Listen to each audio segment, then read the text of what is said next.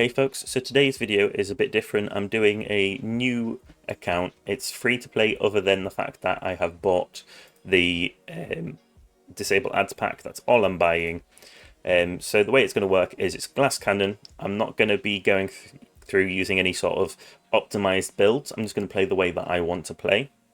And I decided to do this basically because it's something that I've been thinking of doing, like a new playthrough. But I saw Spartan's video and it inspired me to actually go ahead and do it. So basically, this is going to be full on Glass Cannon, not doing anything other than Glass Cannon. And the reason for this is really just because it is a case of the Glass Cannons are the best build in the end game. I feel like it's detrimental because you won't be able to do this hoarding aspect, I guess, but also, well, I say it's best build in endgame. People are changing their mind to hybrid now with the new fleets and everything, but technically you still need to be glass cannon with just some health to tank those. But anyway, so I've decided to go down glass cannon regardless, and just see how well I do. I know it's going to cause me some issues with defense because obviously the first wave, like the best way, like first tier, the best way to survive it is to go through a full defense absolute build. But what can you do? I want to do a glass cannon, so I just tried out using attack speed and enemy balance, and didn't really like enemy balance by itself. Even though it's a great econ card, you can't survive it when you haven't got the upgrades. I'm tempted to buy another slot, but I kind of want to save my gems for when I unlock the labs, which are up on here, which I don't know when they appear, to be honest. I need to beat tier 10, wave 10 at least, but it's going to take some time to do that. So the whole idea behind this series is literally because I feel like you shouldn't just do what other people tell you. You should do what you find fun. So never really just go down that this is the best route. A few things that I want to set out for this series. So basically, as I said, completely free to play, but I'm not going to be running it 24/7. I already run my main account 24/7. I can't be having two running it 24/7. It's just not doable. So this is only going to be really running when I'm at my PC and I'm not doing anything, like I'm not playing any games like Soulframe or anything like that.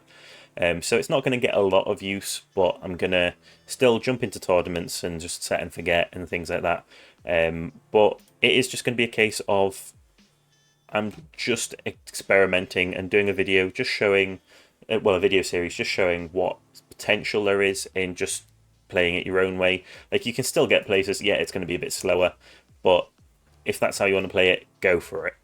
Obviously, if you're wanting to optimize, there are guides out there that you want to listen to. Again, I'm going to make guides like that as well. But obviously, it is just a case of never just blindly follow people. Test things out for yourself. See if you like it. See if you think it works for you.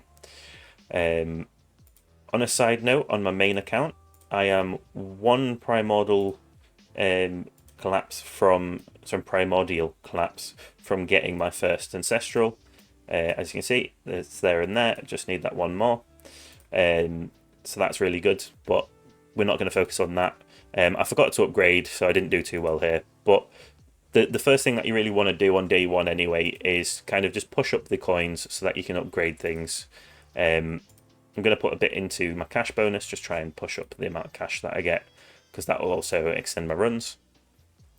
I need to unlock the labs so that I can speed this up.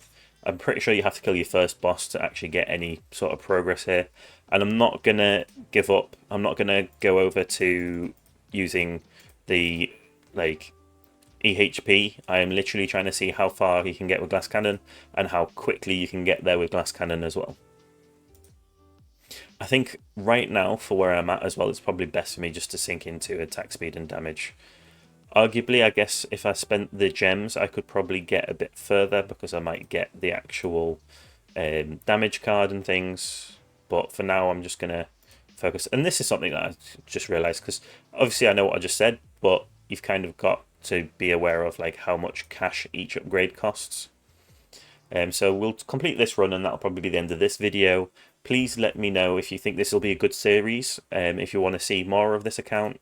and we'll just see how it goes. And when I say it's going to be glass cannon, like, I'm not going to focus on getting the econ first for ultimate weapons. I am going to look at getting the like glass cannon ultimate weapons. So we're talking poison swamp, we're talking chain lightning, of course, and then we're also talking smart missiles. Smart missiles isn't as good as it used to be, but it's still a pretty good one. And then I guess in the landmines maybe, because that can be a damage. And then obviously if those choices aren't there, then we would go for the econ trilogy, or I guess quadrilogy, because Spotlight's also a damage one as well though, so I guess damage Spotlight will be quite high up on our priority list because it can be both. And we're not going to focus on ones where we feel like it's not going to help the HP build. I'm putting a lot into attack speed right now because I think that's actually what's going to help us the most in this run.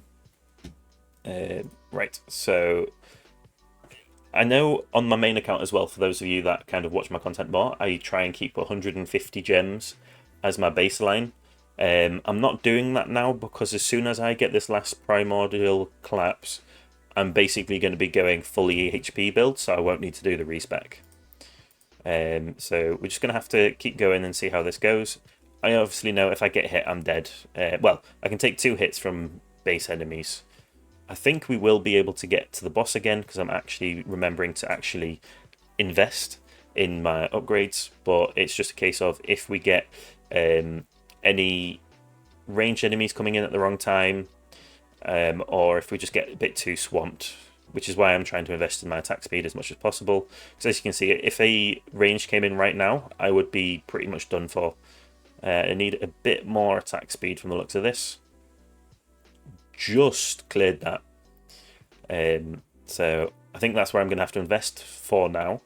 Damage I think's okay where it is, but then the biggest thing that I am a bit cautious with this is it is a case of if I don't invest in my damage enough when that boss appears, I'm not going to be able to kill the boss.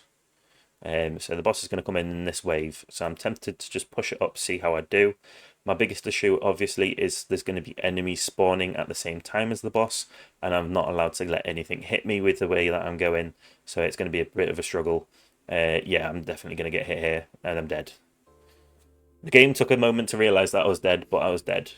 So one thing that's always worth reminding people as well, because people don't know how it works sometimes.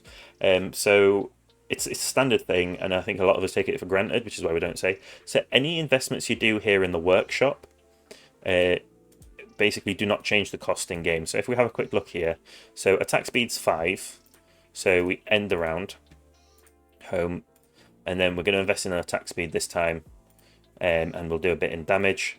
So then we play, it's still 5, because what it does is it basically takes the cost of the 1 to max it out when you upgrade it, rather than the cheapest cost. So it is definitely obviously worth investing in your workshop. And as you can see, I have really chosen a difficult way to do this, because if I was going down an EHP build with Thorns, I'd probably have already done wave 10, no problem. I would do this video until I beat wave 10, but I feel like it is going to take a while. So that's mainly the only thing that I'm going to do before the next video, is just to see if I can actually push this without investing in EHP at all. So if you do want to see more videos, again, please just comment, let me know. And that's everything for today's video. Thank you for watching. I'll see you all next time. Ciao for now.